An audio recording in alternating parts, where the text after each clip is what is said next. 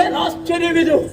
ಒಂದೊಮ್ಮೆಗೆ ನನ್ನ ಜನನ ಅಂದಿರಿದು ನೋಡ್ತಾ ಇದ್ದೇನೆ. ಎತ್ತ ನೋಡಿದ್ರು ಕೂಡ ಜಲವೇ ಕಾಣ್ತಾ ಇದೆ. ಮತ್ತೊಂದೆಡೆಯಲ್ಲಿ ಕರ್ಕತ್ತರು. ಇದರ ಮಧ್ಯೆ ನನ್ನ ಜನನ ಯಾರಿಂದ ಆಯ್ತು, ಯಾಕಾಯ್ತು, ಹೇಗಾಯ್ತು ಎಂಬುದರ ಬಗ್ಗೆ ಅತ್ತ ಇತ್ತ ಸುತ್ತಮುತ್ತ ಯಾರು ಗೋಚರಿಸುವುದಿಲ್ಲ. ಇಲ್ಲೇ ನಿಲ್ಲುವುದೇ ನನ್ನ ಜನನಕ್ಕೆ ಯಾರಾದರೂ ಇರಬೇಕು.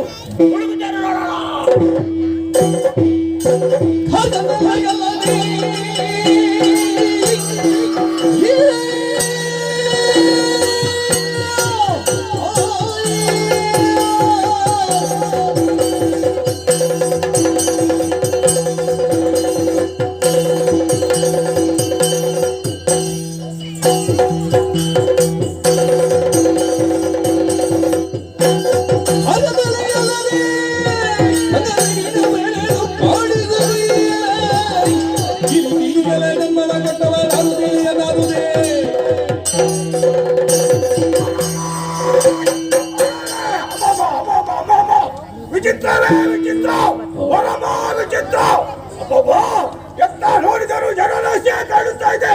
ಈ ಜನರಾಶಿಯ ಮಧ್ಯದಲ್ಲಿ ಜನನ ಹೇಗೆ ಆಯ್ತು, ಯಾರಿಂದ ಆಯ್ತು ಒಂದು ಗೊತ್ತಾಗುವುದಿಲ್ಲ.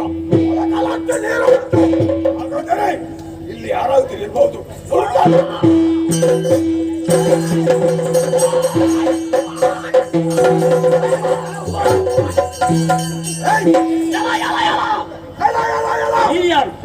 ನನ್ನ ಅಪ್ಪ ಯಾರು?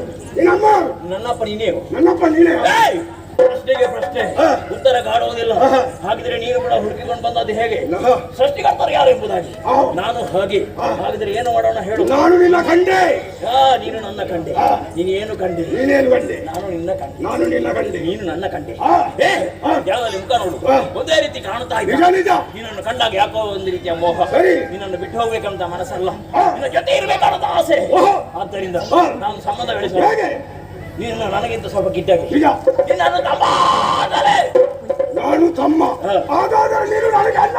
ತಮ್ಮ ಎಂಬುದಕ್ಕೆ ಮುಂದಕ್ಕೆ ಹೋದಾಗ ಮತ್ತೊಬ್ಬ ಸಿಕ್ಕಿದ್ರೆ ಆಗ ಹೇಳಿಕ್ಕಿದ್ರೆ ಹಾಗಿದ್ರೆ ನಮಗೆ ಕರೆಯೋದಕ್ಕೆ ನಾಮ ಅಂತೇಳಿ ಸರಿಯಾಗಿ ನಿಲ್ಲು. ನಾನು ನಾಮ ಹೇಳ್ತೇನೆ ನಿನಗೆ. ಇನ್ನೊಂದು ಮುಟ್ಟುವಾಗ ಮೆದು ಮೆದು ಮೆದು ಮೆದು ಮೆದು ಮೆದು ಇದ್ಯಾ? ಹಾಗಾದ್ರೆ ನೀನು ನಾಮ ಯಾವುದು ಗೊತ್ತೇ?